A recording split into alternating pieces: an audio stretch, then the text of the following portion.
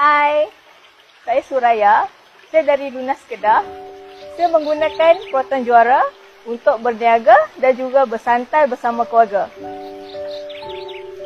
Masa mula-mula abah saya beli dulu, year 2012, Proton Juara ni berharga RM12,000, model 1.1E, year 2001. Dan sekarang saya convert Mr. Chem ini menjadi camper van untuk aktiviti riadah bersama keluarga saya. Di masa yang lain, saya gunakan camper van ini untuk menjalankan perniagaan kecil saya iaitu coconut smoothies.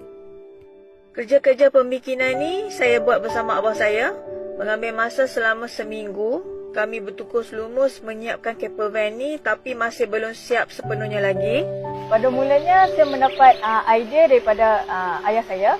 Ayah saya memang berminat menggunakan van, tidur dalam van, travel ke Langkawi, Cameron Highland. Mula saya tu macam tak minat sangat. Tapi bila saya tengok, macam seronok juga kan. Lepas tu saya mulalah, saya start Google, tengok YouTube. Macam satu aktiviti yang menarik. Jadinya, sebelum ni saya berniaga dalam orang ni juga, pasang kemah.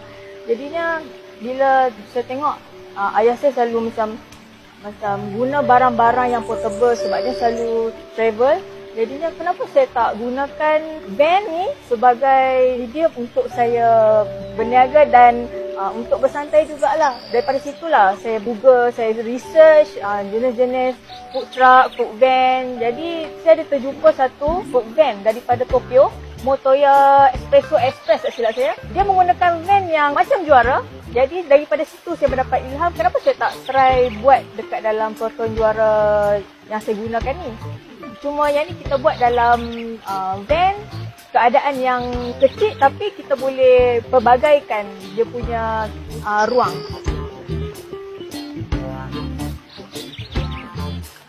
Inilah Proton Juara dan ini auto, ada 2 tempat duduk, jadi yang ni semua standard. Ini tempat tidur saya untuk seorang. Sekarang ni saya dalam progress lah, saya nak buat tempat tidur dekat belakang ni tapi belum siap lagi. Ni saya punya tempat untuk buat kerja lah. Ada sinki. Dan sinki ni kita menggunakan sistem pump je. Semua kita DIY sendiri. Dan bawah ni kita ada peti ais. Untuk elektrik, saya guna generator. Jadinya masa berniaga, sebab saya pakai peti ais, blender.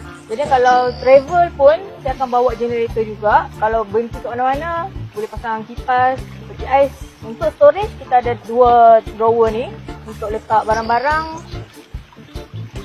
Untuk bahagian luar, kita ada awning. Awning ni pun kita buat sendiri. Saiz 5 kaki. Dan bahagian atas bumbung, kita ada tuli punya storage untuk diletak barang-barang. Pada mulanya, kawan-kawan saya ketawakan saya sebab diorang cakap Mr. Chem saya ni macam peti ais bergerak. Tapi saya tak kisah pun sebab bagi saya Mr. Chem ni ada daya tarikan tersendiri, banyak fungsi kelebihannya dan yang pasti Mr. Chem ni comel. Perkara yang paling rumit semasa proses pembikinan ni ialah ketika membuat kabinet dan finishing.